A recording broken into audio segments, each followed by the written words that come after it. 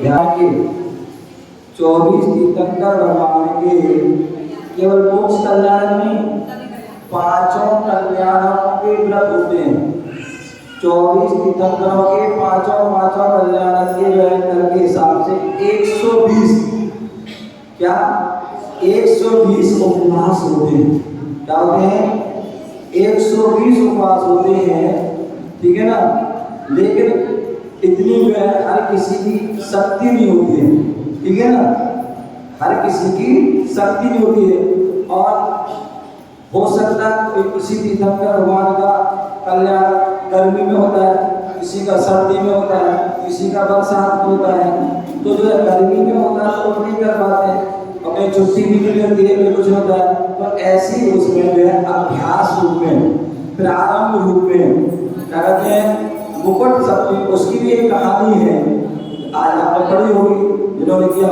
वो कहानी है और उस कहानी में उसका महात्म दिया गया है कि मुकुट सप्तमी व्रत की क्या विशेषता है। तो इसलिए जो है हम सभी जो है आज मुकुट सप्तमी के दिन उपासना भगवान का मोक्ष कर रहे हैं। तो इसलिए उसका मुकुट सप्तमी की जो है 7 साल आदि के लिए उसका व्रत करते हैं, उसकी जाप पाठ पूजा आदि भी करते हैं। बाकी हम 24 तीर्थंकर के 24 की जो है पांचों कल्याण के व्रत भी कर सकते हैं, ठीक है ना।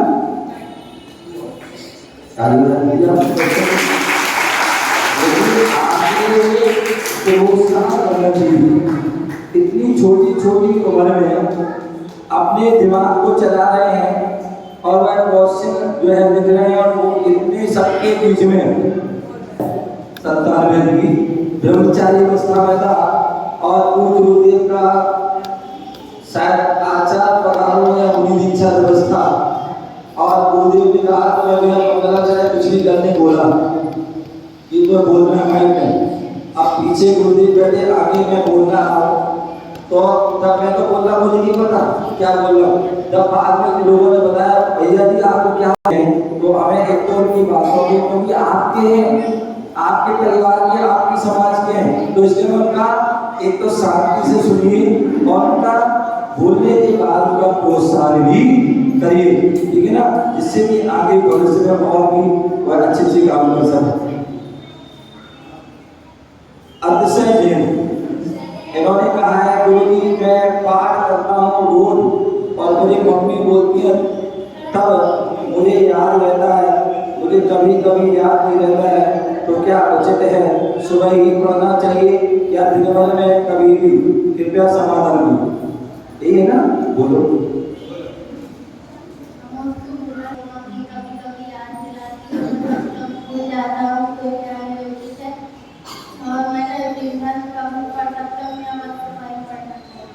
बहुत सुंदर ध्यान दिए। तो कोई नियम देते हैं तो एक तो हमें याद रखना चाहिए, इसके अलावा जो भी परिवारजन है हम भी याद करें और अपने परिवारजन भी याद करें और हमें भी पूरे पालन करने के लिए प्रयास करना चाहिए और जो है उनके जो है परिवार को भी उसको पूरे पालन कराने के लिए क्या करना चाहिए, उनको प्रोत्साहन देना चाहिए।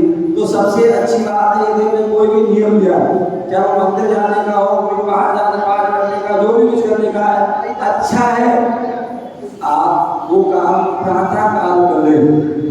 क्या कर ले? सुबह सुबह आप कर ले, क्योंकि सुबह सुबह आपका मन भी अच्छा होता है, आपके भाव भी होते हैं, आपके विचार भी अच्छे होते हैं और उस सुबह सुबह करने से उसका जो है अच्छा विशेष लाभ भी होता है और नियम का पालन होता है। और हमने थोड़ा सा प्रमाण कर दिया क्या तो दोपहर में कर लेंगे, शाम को कर लेंगे, रात को कर लेंगे और फिर बाद में हम क्या होते हैं भूल जाते हैं। तो भूल जाने पर वह जो हमारा व्रत नियम जो है क्या होता है उसमें दोष लग जाता है या खंडित हो जाता है, टूट जाता है। तो इस कहते हैं कि जो व्रत हमारा खंडित होता है उससे जो है बहुत महान पाप। एक व्रत यदि आपने तोड़ दिया, समझ लो आपने एक मंदिर को तोड़ दिया। क्या तोड़ दिया? एक मंदिर को आपने तोड़ दिया। तो इसलिए कभी भी जो है व्रत लो, सोच समझ लो और उसका अच्छे से पूरे शक्ति के साथ उसका हमें पालन करना चाहिए। ठीक है ना।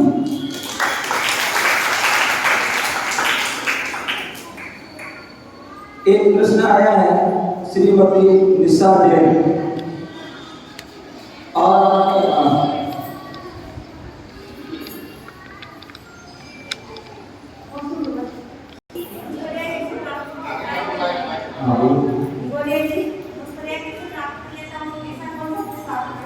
बहुत सुंदर।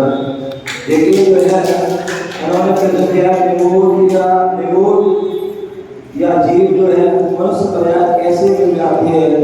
वही मिलता है कि निगोदिया जो जीव होता है, कहते हैं जहाँ एक श्वास में अधदस वास पलो जनो पायो बहुदास, एक श्वास में वो जन्म ले रहा है, मरण ले रहा कर रहा है और एक वाली 18 बार ले रहा है। तो ऐसे उसमें जो है इतने उसके सूक्ष्म काल में कैसे पुरुषार्थ करेगा, लेकिन फिर भी वहां आता है परिणाम। परिणाम हमारे जैसी उसकी मंत्र परिणाम हुई, संक्रियता कम हुई, तो उसके प्रभाव से जो है और समय अधिक पूर्ण हुई, ये सब जो निमित्त बनते हैं, तब जाके जो है वह एक इंद्रिय या दस आदि पर्याय को प्राप्त होता है या मनुष्य पर्याय को भी प्राप्त होता है। शास्त्रों में ऐसा उल्लेख मिलता है कि निगोदिया जीव जो है वह निकल करके त्रियंच पर्याय को प्राप्त होता है। एक तो ये उल्लेख मिलता है, बोले भरत चक्रवर्ती के 923 आदि पुत्र निगोद से निकल करके एक उल्लेख मिलता है कि वो गिजाई मुनि लाल आदि कीड़ा होता है बरसात में, तो गिजाई मुनि और वो है वह हाथी आदि पैर के नीचे आया और वो सब मृत्यु को प्राप्त हुए, लेकिन जो है मंद परिणाम से मृत्यु हुई, तो आगे चल के वो भविष्य में मनुष्य हुए। दूसरा उल्लेख एक मिलता है कि जो है वह जो 923 निगोद से निकले और डायरेक्ट मनुष्य हुए और मनुष्य होकर के जो है युवा अवस्था को प्राप्त हुए, मुनि बने और मुनि बन करके जो है वह केवल ज्ञानी भी हो गए, लेकिन मूक रहे, बोले नहीं और मुक्ति को भी प्राप्त हो गए। तो ऐसा जो है उल्लेख मिलता है, ऐसा मैं जानना चाहता हूँ।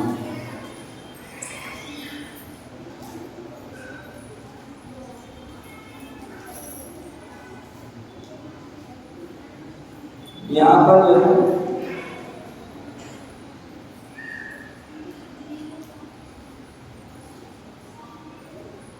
हमारे जो है शरद जी अजमेरा महामंत्री जी का प्रश्न है और आज वो स्वयं भी आए हैं, वो समझ गए हैं। वैसे तो आपके संबोधन में आके सारी शंकाओं का समाधान हो ही जाता है, फिर भी लोग माने रहे तो संसार में 4 तरह के प्रमुख बल होते हैं, बाहुबल, धनबल, संगठन बल और आत्मबल। इसमें सबसे बड़ा आत्मबल है और उसी बल में आत्मबल में ही सारे बल समाहित हो जाते हैं। मेरा प्रश्न ये है कि इस आत्मबल को और अधिक बढ़ाने के लिए हमें क्या पुरुषार्थ करना चाहिए? बहुत सुंदर। और एक साथ जो है बैठे हुए ये क्या है, ये हमारे जो है ये संगठन का ही प्रतीक है। आज सुबह हमने देखा, क्या देखा कि जो है आज पारसनाथ भगवान का निर्माण है, बल्कि नहीं था, लेकिन फिर भी इतनी अटूट आस्था, इतनी अटूट श्रद्धा का ही वह बल था कि जो आज वह सुबह प्रातः काल की बेला में जहाँ प्रतिदिन में देखता हूँ 5 मिनट भी लेट हो जाए ना तो क्या हो जाता है, महाप्रलय आ जाता है, पता नहीं महाभारत में हो जाता है कई बार। लेकिन आज जो है मैंने देखा लगभग 8-9 बज गए थे, अब से हुआ, लेकिन फिर भी सभी लोग बड़े उत्साह से बैठे रहे, चाहे वो बच्चे हो, बड़े हो, महिला हो, सभी कि हमें भगवान का अब अभिषेक देखना है, अभिषेक करना है, साथियों देखना है, पूजा करना है, तब तक लड्डू चढ़ाना है, गुरुदेव का उपदेश सुनना है, विहार करना है। ये जो है उनकी आस्था और उसका ही प्रतीकता दिवस पहले और बड़ा धूमधाम से वह कार्यक्रम हुआ। तो एक संगठन आज हमें उस संगठन का परिचय दिया। जब कभी भी धर्म करने की बात हो या धर्म पर संकट आए, गुरुओं पर संकट आए, तो हमें हर समय एक हो जाना चाहिए। क्या होना चाहिए? और एक हो जाते हैं तो निश्चित ही जो है क्या होता है, सफलता मिलती। आपको पता होगा अभी कुछ दिन पहले दिल्ली में वहां पर समाज की पूरी समाज इकट्ठी हो गई, अबाल वृद्ध, युवा वृद्ध, महिला पुरुष सारे, और वहां मंदिर के गेट के सामने सारे लेट गए कि आपको यदि चढ़ाना है बुलडोजर, जो भी करना है आप हमारे ऊपर चढ़ा, लेकिन मंदिर के ऊपर नहीं चढ़ सकता है, आप मंदिर के जो निर्माण नहीं हो सकता है। आखिरकार जो बहुत उन्होंने पुलिस की आई, सब कुछ आई, बहुत प्रयास किया, लेकिन जो है उस मंदिर की जो है वो गिरा, उसकी जो काम को गिरा नहीं पाए। और उसके उसी समय व्हाट्सएप आदि मीडिया के माध्यम से पूरे देश में जो है गया और उसका प्रचार इतना हुआ, सब जगह से प्रक्रिया आई कि जो वहाँ के जो मुख्यमंत्री आदि हैं उनको आना पड़ा और आकर के जो है उनको माफी मांगना पड़ी और उन्होंने कहा कि जो काम किया है आप कर सकते हो, इसमें कोई प्रभाव नहीं होगी। तो एक संगठन का प्रभाव इसी प्रकार से आपको पता होगा 2015 में जब राजस्थान सरकार की ओर से संथा समाधि के पर जो है चलने का समाधि पर बात हुई कि ये जो है आत्महत्या है और ये जबरदस्ती होती है, ऐसा वैसा आदि बहुत और स्टेप लगा दिया। तब जो है पूरा जैन समाज, चारों दिगंबर हो चाहे श्वेतांबर, तेरापंथी, बीसपंथी, स्थानापन्न, सीधा कोई भी पंथ वाला हो, और सारी समाज एक हो गई, सारे साधु एक हो गए और एक होकर सब पूरे देश में, और देश में क्या पूरे विदेश में भी जो है उसका जो है मौन जुलूस आदि निकाले। और उस प्रक्रिया को देखकर जैन, जैनिज्म, हिंदू, मुस्लिम, सिख, ईसाई सभी ने उसमें साथ दिया और उसका परिणाम हुआ कि जो है सरकार को अपना फैसला बदलना पड़ा और जो संथारा और जो है समाजी उसको हटाना पड़ा।